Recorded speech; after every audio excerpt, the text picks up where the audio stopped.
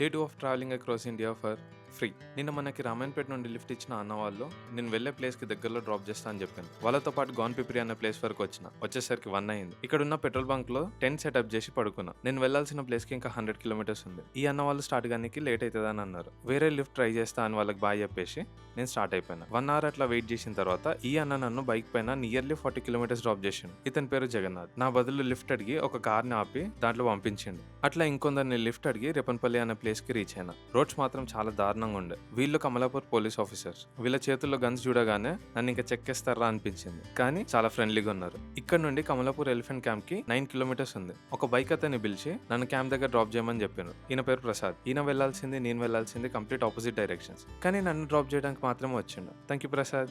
కొంచెం క్యాంప్ లో time spend చేసిన తర్వాత రియలైజ్ అయినా మార్నింగ్ సమోసా తప్ప ఏం తినలేదని. ఆకలి స్టార్ట్ అయ్యింది. కానీ ఇక్కడ తినడానికి ఏం లేవు. ఇప్పటికే వీడియో లెంత్ ఎక్కువైంది. మిగతాది నెక్స్ట్ వీడియోలో కంటిన్యూ చేస్తాను.